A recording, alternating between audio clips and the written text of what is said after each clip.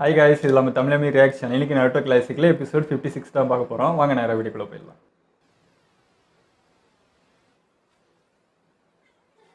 ஆத்தா, நீங்களாம் வீட்டுக்கே போக மாட்டீங்களா? இல்லை, இவர் இந்த ஸ்பாட்லேயே உட்காந்து இங்கே தங்கிட்டாரான்னு தெரியல. இல்லை, பார்த்துட்டு புக்கு எழுதலாம்ல, பார்த்துனே தான் இருக்காரு. ஏதோ ஒரு பண்ணா தானே என்ன எழுதுறது? அவர் அதான ரீசன் சொல்றாரு. என்ன எடுடா, அப்போ தானே அவர் அந்த இடத்துட்டு வருவார். ஓப்பா, இப்போதான் தவக்கலை குட்டி வந்துருக்கு. பெருசு தான் திரும்பி பார்ப்பாருன்னு நினைக்கிறேன் அவர்.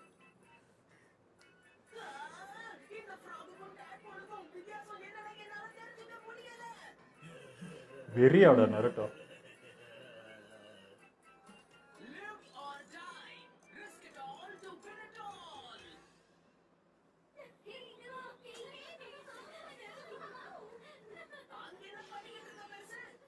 சர்தால சிரிக்கீங்க, இதுங்களும் வீட்டுக்கு போய் தலை. நருட்டோ இவ்வளோ கடுப்பாக இப்போதான் பார்க்குறேன் நான்.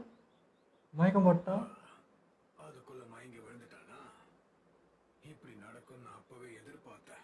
ஏன்னா 3 வாரமா அவனோட மன உறுதியும் தைரியத்தையும் வச்சு அவன் ட்ரைனிங் எடுத்துக்கிட்டு இருக்கான். 3 வாரமா?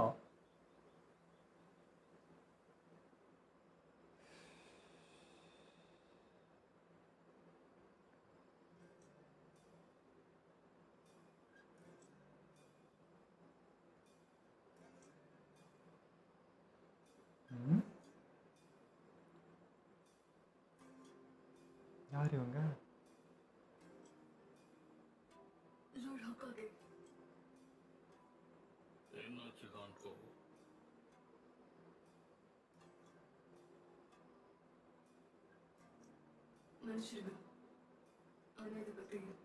ஃபாரஸ்ட் ஆஃப் டெத்தில் இருந்த உயிரோட திரும்ப வந்ததை நினைச்சு நீ வருத்தப்படுறியா என்ன?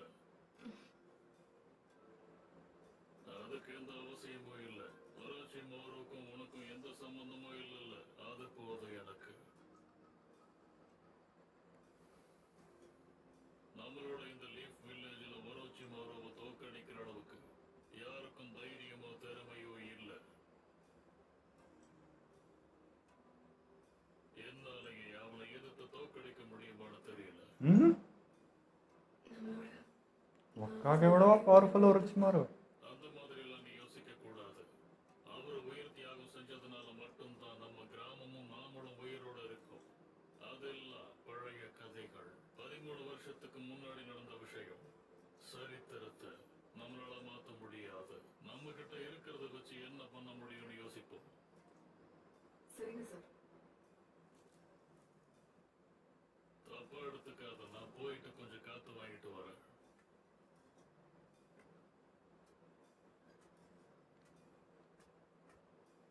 இன்னொரு விஷயம் ஹன்கோ, இதுக்கு நீ காரணம் இல்லை.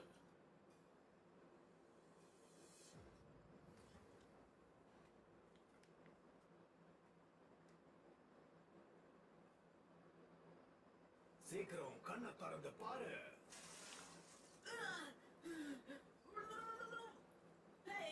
எதுக்கு தண்ணி ஊத்துறீங்க? என்ன கேக்குற?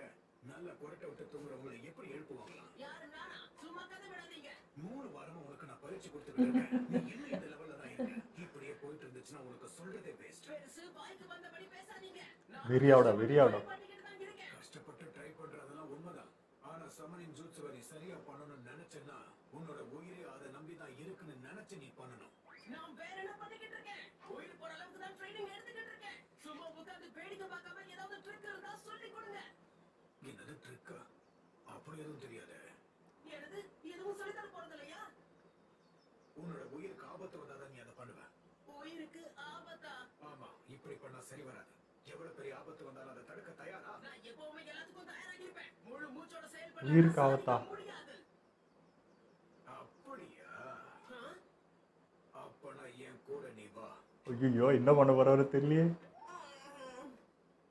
வாய் விட்டியடா நருட்டோ. இல்லை, ஆபத்து வந்தால் தானாகவே அது வந்துடுது. அப்புறம் எதுக்கு ட்ரைனிங்? இந்த மாதிரி இடத்துல கரெக்டாக பண்ணி பார்க்கலான்னு பார்த்தாரு, அவளை. எங்கேயும் வேடிக்கை பார்க்க தான் வந்திருக்கீங்கன்னா அவ்வளவுதான் சொல்லிட்டேன். எனக்கு ஒன்றும் அது தப்பான விஷயமா படல. ஆனா நாம இப்ப அதுக்காக வரல. குளிக்க வந்திருக்கோம் நம்ம உடலை சுத்தப்படுத்துறதுக்காக. ஒன்று இவங்க தண்ணியில் இருக்கிறது, தண்ணியில் இருக்கிறத பார்க்குறது. இல்லை 3 நாளாக பண்ணிட்டு இருக்காருல, ரிலாக்ஸ் பண்ண வைக்கிறாரு. அவரு சொல்கிறேன் நான். எவ்வளவு அருமையா இருக்க. சொர்க்கத்துக்கே போயிட்டு வந்த மாதிரி இருக்க. இப்படி ஒரு அனுபவத்துக்காக தானே காத்துக்கிட்டு இருந்தேன். ஃப்ரெஷ் ஆக்கி கூட்டின்னு வராரு. என்ன பண்ண போகிறாரோ. போய்கிட்டு இருக்கோம். நான் டோட் சேஜ். அட ஏதோ ஒண்ணு விடுங்க. சம்மனிங் ஜூட்ஸுக்கும் குளிக்கிறதுக்கும் என்ன சம்மந்தம்னு கொஞ்சம் புரியுற மாதிரி சொல்லுங்க. பெருசு உங்களை தான் கேக்குறேன். உங்களுக்கு காது கேட்கலையா? ஏனாச்சு ஏன் நின்னுட்டீங்க? ஹே நாருட்டோ, ம், ஒன்னு சொல்லு. உனக்கு சாப்பிட ஏதாவது வேணுமா? அடேங்கப்பா, நான் என்ன திடீர்னு ரொம்ப பாசம் காட்டுறாரு. இது பிரமாதம். தினமும் ட்ரைனிங் இப்படியே இருந்தா எவ்வளவு நல்லா இருக்கும்.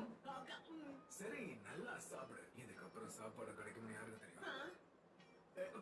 என்னவோ பண்ண போறாரு அவரு. நீ நல்லா சாப்பிடு. ஏன்னா நாளைக்கு நம்ம உயிரோட இருப்போமான்னு தெரியாது. ஐயோ, கடைசி சாப்பாடாடா. எனக்கு சிரிக்கிறீங்கன்னு தெரியல, ஆனா எனக்கு அதை பத்தி கவலை இல்ல. நான் சாப்பாடு சாப்பிட போறேன். அவனெல்லாம் பயமுறுத்த முடியாது சார். செஃப் சீக்கிரம் இன்னொரு பவுல போட்டு வாங்க. சரி. இன்னொரு பவுல். இந்த தடவை நல்லா வெங்காயம் தூக்கலா போடுங்க. கண்டிப்பா கொடுக்குறேன். இவனுக்கு அந்த குண்டு பையனுக்கு என்ன வித்தியாசங்குதா இதுல மட்டும். சாப்பாட்டுக்கு ரொம்ப ரொம்ப நன்றி பெருசு. இவ்வளோ ட்ரைன் பண்ணியிருப்பாங்க. என்னது போயிட்டாரா? எங்க போனாரு? பில்லி இவனை கட்ட வச்சு. ஆடா. இது வரைக்கும் இவ்வளவு காலியான எதையும் பார்த்ததே இல்ல. என்ன இப்ப வயிறு நிறைஞ்சிருச்சா? சும்மா விளையாட்டு காட்டாதீங்க. நீங்க தானே சாப்பாடு வாங்கி தரேன்னு கூப்பிட்டு போனீங்க. என்ன இது? என்ன சொல்ற? நான் எப்போ உனக்கு சாப்பாடு வாங்கி தரேன்னு கூட்டிட்டு போறேன்? போய் சொல்லாதீங்க. என்னை விட பெரியவர் நீங்க. நீங்க தானே பில்லு கட்டணும். ஆமா நாருட்டோ, உனக்கு பிடிச்ச பொண்ணு யாராவது இருக்காங்களா? ஆ? உனக்குன்னு யாராவது ஸ்பெஷலா இருக்காங்களான்னு கேட்டேன். உன்னோட ஃப்ரெண்ட் சாக்குரா. திடீர்னு கேட்டுட்டீங்களா? என்ன சொல்றதுன்னு தெரியல. எனக்கு ஒரு பொண்ணு ரொம்ப பிடிக்கும். சரி, யார் அது? அதுவா நம்ம சாப்பிடறதான். ஓகே, அப்ப வா போய் பார்க்க போலாம். என்னையா அவரு எல்லாம் கடைசி ஒரு முறை பார்த்துக்கோன்ற மாதிரி இருக்குது எனக்கு. எனக்கு தெரிஞ்சு அவளை வச்சு நிறைய வர வைப்பாரோ என்னவோ தெரியல. ஆமா, ஏன்னா ட்ரைனிங் முடிய போகுதுல்ல. எஸ், பிரமாதம். வாங்க போவோம். ஆனா நான் அவளை ஹக் பண்ணா சாப்பிடறா கண்டிப்பா இல்ல. கண்ணம் பழுத்துரும். ட்ரைனிங் தான். எதுவா இருந்தாலும் நான் தைரியமா செஞ்சுதான் ஆகணும்.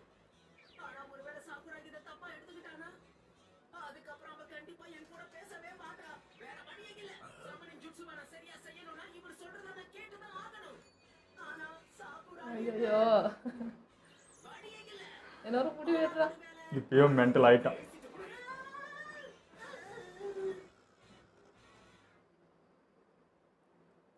என்ன நடுட்டோ, என்ன வேணும்? நீதான் வேணும். என்னன்னா இங்க பாரு, பணம் கேட்டல என்கிட்ட வராத. என்கிட்ட ஒண்ணுமே இல்ல, இருந்தாலும் கொடுக்க மாட்டேன். இல்ல எனக்கு பணம்லாம் வேணாம். நான் அடடா, இது எப்படி அவகிட்ட சொல்றது? ட்ரைனிங்னு சொன்னா கண்டிப்பா அவ என்ன துரத்தி அடிக்கதான் போறா. டைம் வேஸ்ட் பண்ணாத, நான் வீட்டுக்கு கிளம்புறேன். வேண்டாம், ஒரு நிமிஷம் நில்லு.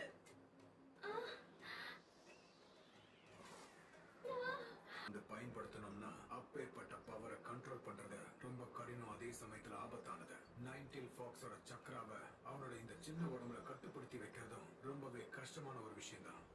அந்த சக்கரா இந்த அளவுக்கு பாரம் போறதுனால மட்டும்தான் நருட்டோவோட பாடி அதை கட்டுப்படுத்த முயற்சி பண்ணுது. நைன்டீல் ஃபாக்ஸோட சக்கராவை வெளியில கொண்டு வரணும்னா அவனோட உணர்ச்சிகளை கட்டுப்படுத்தணும். அவன் அந்த சக்கராவை சமன்படுத்துறதுக்கு முன்னாடி அவனோட முழு பலம் என்னன்னு அவன் முழுசா உணரணும். இப்ப நான் பண்ண போற இந்த காரியத்துக்கு என்ன மன்னிச்சிடுங்க 4வது ஓகாகே. இவர்கிட்ட மணி கேக்குறாரு.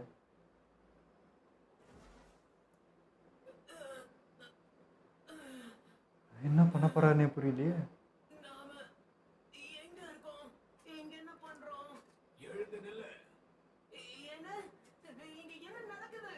உன்னோட ட்ரைனிங் இதோட முடிவுக்கு வருது. ஆனா நான் இன்னும் எதுவுமே பண்ணல. நாருட்டோ, இப்போ இந்த நொடியில இருந்து நீ மரணத்தை எதிர்கொள்ள போற. மரணமா? ஆமா, மரணத்தை தாண்டி நீ வரணும்னா அபாரமான சக்தியை நீ வெளியில கொண்டு வரணும். அதை நீ உணர்ந்தா மட்டும்தான் எப்படி ரெட் சக்கராவை ரிலீஸ் பண்ணுன்றதை நீ கத்துக்க முடியும். நீ சாக நீ ஸ்ட்ரிக்ட் ஆயிட்டாரு திடீர்னு. விஷயத்தை பண்ணு இப்பவே.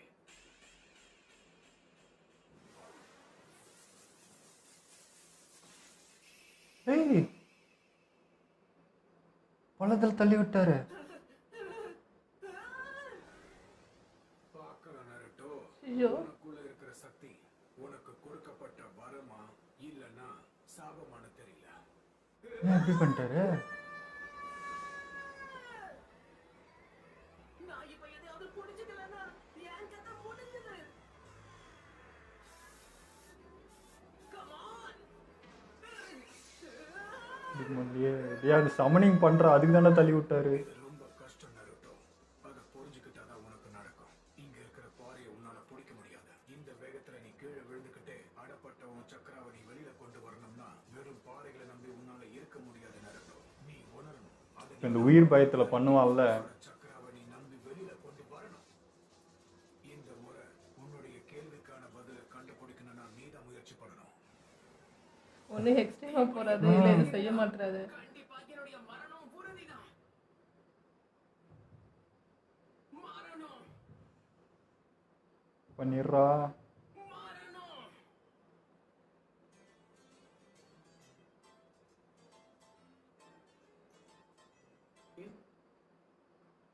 இன்னைக்கு நம்மளுடைய ஹிஸ்டரி கிளாஸ வெளியில தான் நடத்த போறோம்.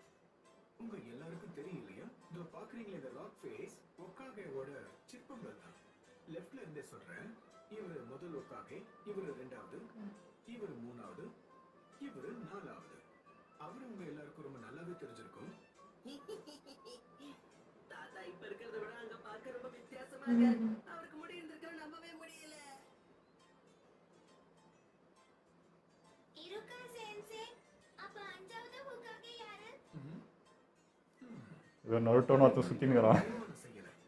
அது உங்களுடைய ஃபேவரட் டீச்சரா கூட இருக்கலாம். எல்லாருக்கும் அந்த ஆசை இருக்கு. ஹிஸ்டரி கிளாஸ்ல நிறைய பேர் இருக்காங்களே கக்காஷி எல்லாம். மாதிரி சின்ன சின்ன ஜோக் அடிக்கிறீங்களா? யூருகா சென்சை. லார்ட் ஒக்காகே. வாவ், மூணாவது ஹோக்காகே. ஏய் தாத்தா, உங்களுக்கு எங்க என்ன? ஏய் தாத்தா இந்த மலையை பார்த்து நல்ல மரியாதைலாம். அதே மாதிரி நானும் ரசிக்க வந்திருக்கேன். நல்ல நேரத்துல தான் வந்தீங்க. நீங்க இத பத்தி ஏதாவது சொல்லுங்களேன். ம்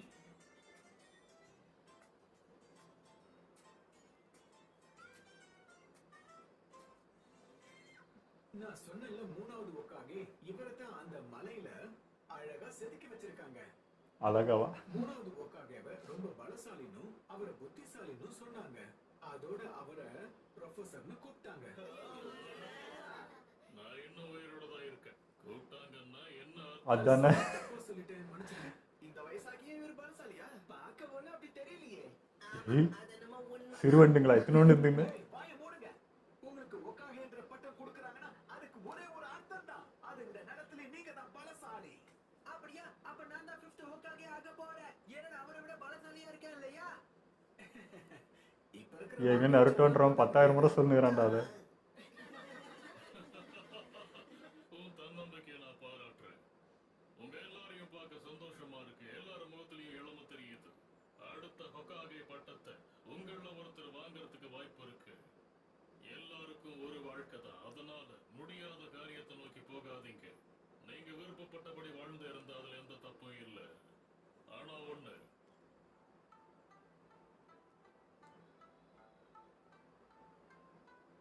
நீங்க எந்த பாதையை தேர்ந்தெடுத்தாலும் சரி, உங்களுக்கு நெருக்கமானவங்களை பாதுகாக்க மறக்காதீங்க. எங்களுக்கு நெருக்கமானவங்களா?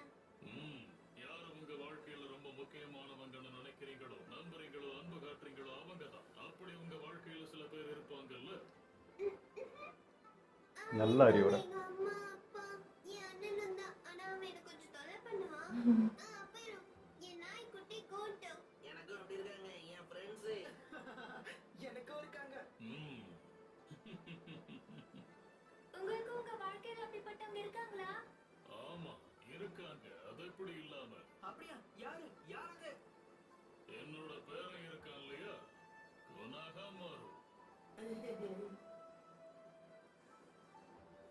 கூடவே இந்த ஊர்ல இருக்கிற மக்கள் எல்லாரும் தான். பெரிய மனுஷன் காட்டுறாரு.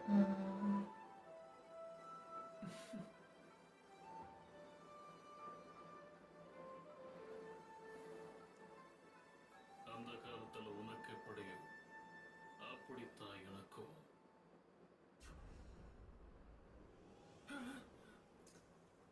ம்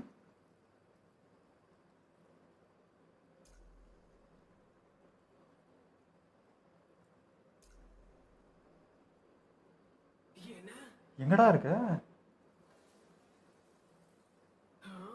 இங்க எப்படி வந்தா?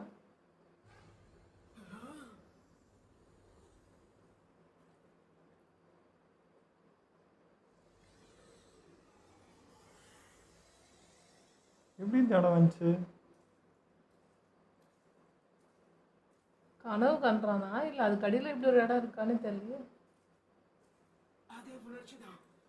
அந்த ரெட் சக்கராவை புணர முடியுது.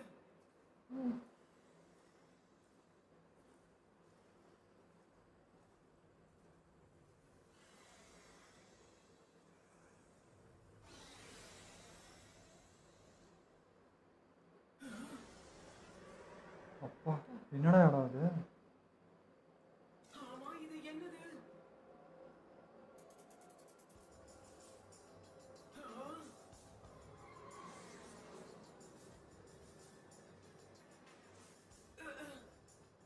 என்ன நரகத்துக்கு என்ன வந்துட்டியாடா? இவ்வளவு பெருசா இருக்கு.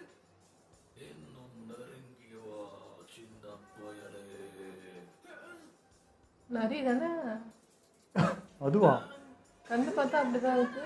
எனக்கு இருக்கிற ஆத்திரமும் பசியும் ஒண்ணு சாப்பிட சொல்லுது. ஆனா என்ன அடைச்சி வச்சிருக்கிற இந்த குண்டு அப்படி பொண்ண விடாம என்ன தடுத்து நிறுத்துது. கூண்டுனா அப்ப அதான். Nine-tailed fox ஆக இருக்கணும். கண்டிப்பா அது நீதான். எனக்குள்ள இருக்கிற என்ன உள்ள மனசாட்சியோட பேசுறியா? அப்படிதான் இருக்கும். இங்க வந்திருக்கு. உனக்கு என்ன வேணும் சொல்லு. உன்னையே எனக்கு தானமா கொடுக்க வந்திருக்கியா? கொடுத்து என் பசிய போக்கலாம்னு நினைக்கிறியா? இத பாரு, நான் சொல்றத கவனமா கேளு. நீ என் உடல்ல குடியிருக்க, நீ எனக்கு வாடகை கொடுக்கணும். எப்படா அந்த உருவத்தை பார்த்து நான் தைரியமா பேச முடியுது? நான் சொல்றது வாடகை தரணும். இது முன்னாடி யாருன்னா அப்படி பேசுவானா? உன்னால என்ன கொல்ல முடியாதுங்கிறது என்னவோ உண்மைதான். ஏன்னா நீ இறந்துட்டா நானும் இறந்துருவேன். உன் தன்னம்பிக்கையை போராட்டி நான் உனக்கு கொஞ்சம் பரிசு கொடுக்கிறேன். நீ இவ்வளவு தூரம் தைரியமா வந்ததுக்காகவே உனக்கு என் சக்கராவை பரிசளிக்கிறேன். கொடுத்துச்சு. இப்ப சமனிங் பண்ணிடுவான்னு நினைக்கிறேன். ஆமா. வேற வழியே இல்ல. பண்றா Summoning jutsu.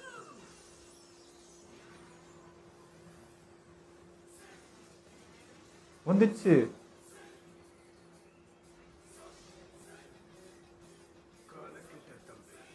அப்பா அப்பாடி. எவ்வளவு பெருசு! நீ ஜிராய வச்சிருந்தோட பெருசியா அது? இருச்சா? ஐயா என்னங்க எபிசோடு இது வேற லெவல்ல இருக்கு. நான் வந்து ஜிரா என்ன சொல்றது, ஃபர்ஸ்ட் ஒரு மாதிரி ஃபன்னா அப்படி போயிட்டு இருந்தது. திடீர்னு சீரியஸ் ஆயிட்டாரு. திடீர்னு கடைசி சாப்பாடு, கடைசியா உனக்கு பிடிச்ச பொண்ணை பார்த்துக்கணும் போது ஷாக் எனக்கு. என்னடா ஃபன் பண்றாரா என்னடான்னு பார்த்தா அசண்டா தள்ளி விட்டாரு பள்ளத்துல. பயந்துட்டேன் நான், என்ன அது இப்படி பண்ணிட்டாருன்ட்டு. பட் அவன் நல்லதுக்கு இதுதான், வேற வழி இல்லை. அவனுக்கு சொன்னா புரியல. உனக்கு ஆபத்து உணர்ந்தாதான் நீ பண்ணுவேன்ட்டு கரெக்டாக தான் பண்ணாரு. அதேமாதிரி சக்ஸஸ் ஆயிடுச்சு.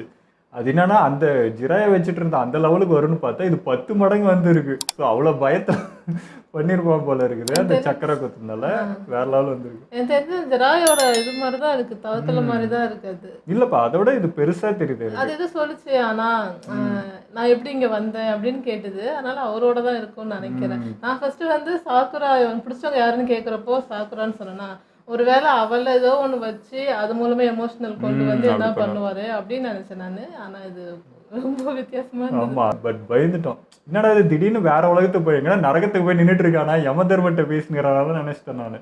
பார்த்தா அவனுக்கு மனசாட்சிக்குள்ள உள்ள பேசியிருக்கான். அதுவும் உடனே கொடுத்துருச்சு.